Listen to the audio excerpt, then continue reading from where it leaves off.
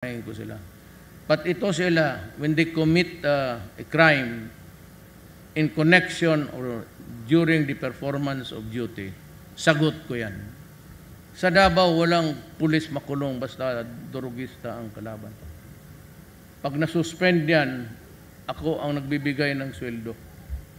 Kasi the day lalabas yung suspension nila, wala nang pagkain, patay ang pamilya. Sabi ko, magkanong take home pay mo? Oh, yan. Akong bahala sa abogado mo. Tapos ginagawa ko talaga lahat para bumagsak yung kaso. Hindi ako papayag na makulong to sila.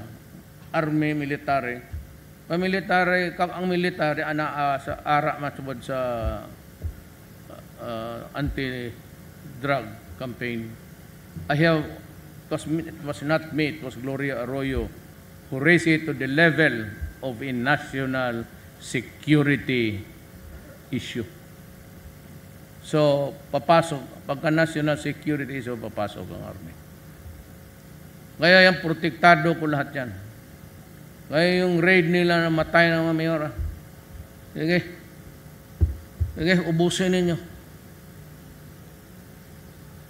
Yan ang ano dyan. Wala akong sa mga kriminal, yung mga hold-upper, gano'n, patayin ka dyan parang aso, bagay sa iyo. Wala human rights, bahala kayo. Kanya-kanya tayong trabaho sa mundo. You defend criminals, I kill criminals. Sige, mamili tayo dyan. Kayong may gusto na, sabi ko nga, nung eleksyon sa Luneta, meeting de Avance, kayong nagpapar ng buhay ng tao, doon kayo na ayaw ninyo, doon kayo sa mga pare. Sige, punta kayo doon lahat. Kayong gustong patayin ko yan, dito kayo. I won 6 million over my nearest opponent. 6 million, 16 million lahat ang boto. Bastos na bunganga ko. Nasabi ko na mga putang ina kayo. Kaya ako, sabihin ninyo, hindi ako ganun eh. But because talagang even during before the elections, kalaban na talaga ako ng simbahan. In fairness to them, nag-umpisa yan sa extrajudicial killing. Na ako rin ang pinagbintangan nila na, bakit pag lumaban yan, patayin talaga yan. Nang ngayon sabihin ninyo, ang tao nakaluhod, nakatali yung kamay, barilin mo, kakaguhan yan. You're not supposed to do that. At the very least, patakbuhin mo na lang siguro. Sabahin mo na, binabalot ng minsan plastic. Sabi ko, sino maggawa ng pulis ganun? Hindi ba ang trabaho ng pulis maggawa ng mami? Bakit mo sila? At bakit sabihin ko sa pulis, gago ka pala ng pulis? Bakit mo balot-balutin yan pag aksahan mo pa ng panahon? Trabaho yan sa kanila. Yung utsuhan. Lalo na talagang utsuhan. Isibat mo yung dapat sa uli mo, yung kita. Marami yan. Tapos kami ang pagbintangan. Sabi ko, sige, isali mo na. Total, patay rin mas mabuti. Do not believe itong basura lahat ng simbahan. Ka dito ng simbahan na mag-ano ng ustia. Sabihin, mamatay sana si Duterte. Alam mo, kayo, alam ko, conservative ang Bacolod. You know, gusto kong lumabas yan sa inyo. Noon sinabi ko na kami sa Ateneo, first year ako, minumulistya na kami ng pare. Sinabi ko yan, nagalit ang Katoliko. Totoo eh. Kasi sa inaatake na ako, so kayong mga pare, no, you better shut up. Because if you, alam mo, kumpare ka, if you attack me, do not do it in the confines sa Katoliko ito.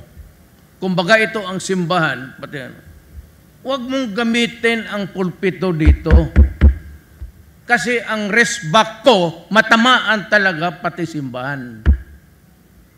Kaya kanila, babaero daw ako. Totoo. Sino pa naman hindi ayaw na magandang babae? Tanongin mo si Alunan, kung ayaw niya. Taga rito man talaga siya. Ayaw mo magandang babae, sir?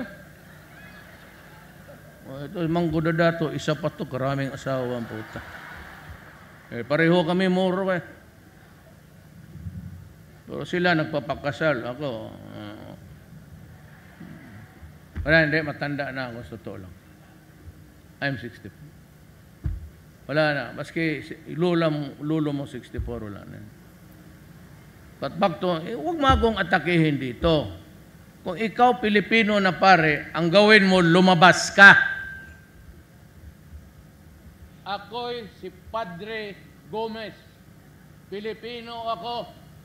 I am criticizing President Duterte for extrajudicial killing. Blah, blah, blah, blah, blah, blah. Huwag kang pumasok dito tapos sabihin mo, extrajudicial killing, mapunta ka sa impyerno. Separation of church and state. Kaya pag ginamit mo ito dito, pulpito, may tama talaga ang simbahan. Ngayon, sabi nila, ito, Duterte, babaero. Noon pa, ayaw talaga nila ako. Kasi ayaw ko rin sa kanila. Kasi doon sa experience namin, yung first year, second year, yung mga taon na yun. So yung third year, fourth year, pati yung incoming, siguro, tagal ni Father Falby, 5 to 6 years. Ayaw ninyong tingnan ninyo dyan. Ngayon, may cellphone man kayo. Father Mark Falby. Yun yung nademanda sa LA, kaya nabangkarota ang parish ng LA. They were sold for 25 million, nagbayad ang simbahan. Nandyan, kunin lang ninyo ang pangalan. Mark Falby. Tingnan ninyo ang kaso niya. Tingnan sa cellphone. Mark Falby. Magkapatid sila na bakla. Ngayon, pagpunta, ayaw ninyong inatake ako ng simbahan. Okay. Sabi ko, ayaw niyo maniwala.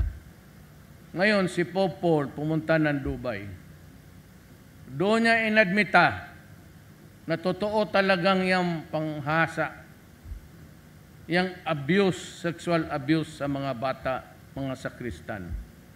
At sinabi niya for the first time, siya yung sinabi, na ang mga madre ginagawang konsumo ng mga pare. Ngayon, sino ang nagsisinungaling? Ako, I was proven right. Mismo ang Pope ng simbahan nag-admita. O, tingnan mo. Tapos sabihin mo, liar yan si Duterte. Why would I lie? Ano ba kuha ko dyan sa... tumahimik ka dyan. Sasalita ako dito. Maya, paputokan kita ng M16 ngayon.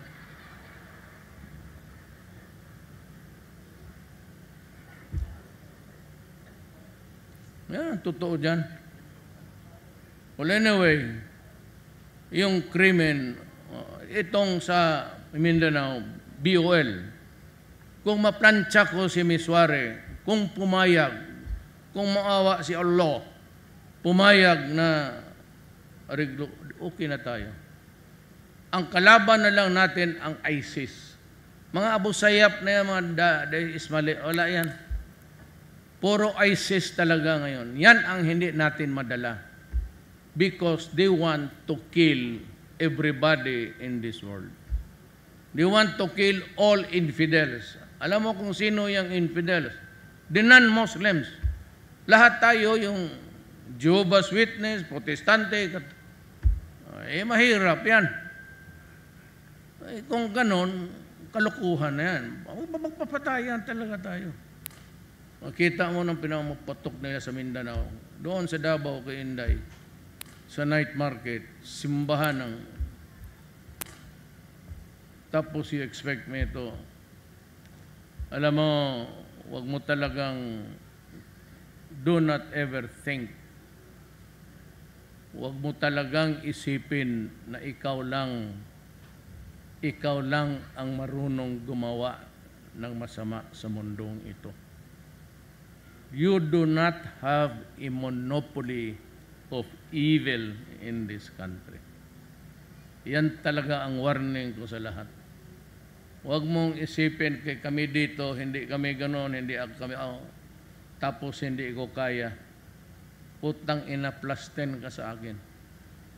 Huwag mong yun umpisahan. Kasi it will be a heartbreaking situation for all of us. Okay na tayo sa mga itong traditional.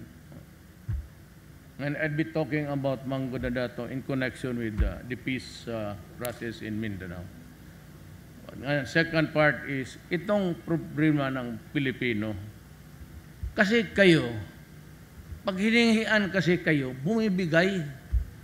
Parang matakot ka sa putang inang tresurero, matakot ka dyan sa auditor. Alam mo, pang maghingi siya, sabihin mo lang, putang ina mo, nagbabayad ako ng buwis ko.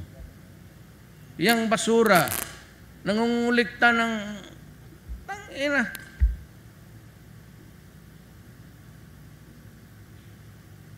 Hindi sabihin ko kay Mayor Leonardia o Dia na kinukolektahan mo ako. At sa harap niya, sabi ni Duterte, sampalin ka. Yan maghingi ng tip, putang ina. Hindi man ito restaurant. Bakit ka magsigihingi ng... Because you are not... Sampal pa ito.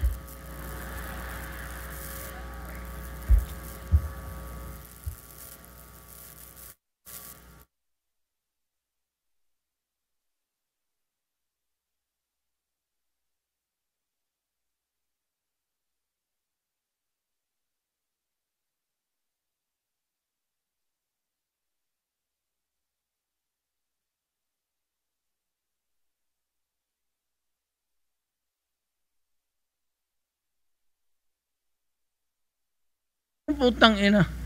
Nagbabayad ako ng buwis. Itong permit ko.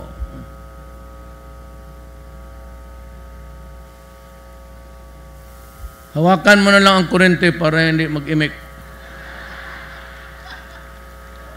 Damo sang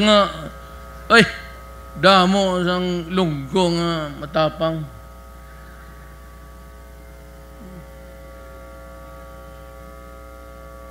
Baka mahulog yan, ha? Bata, tumabi ka muna dyan. Mahulog.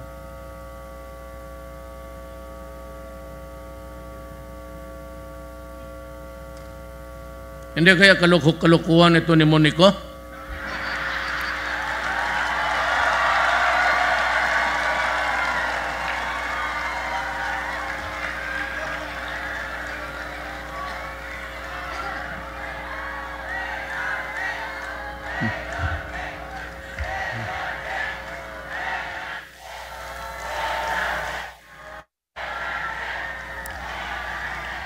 Ayan, i-disabled mo na lang.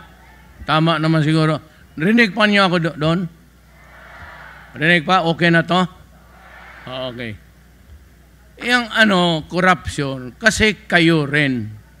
Because you are not assertive. Ano ba namang krimen magawa mo kung bukuhin mo yung mga loko-loko?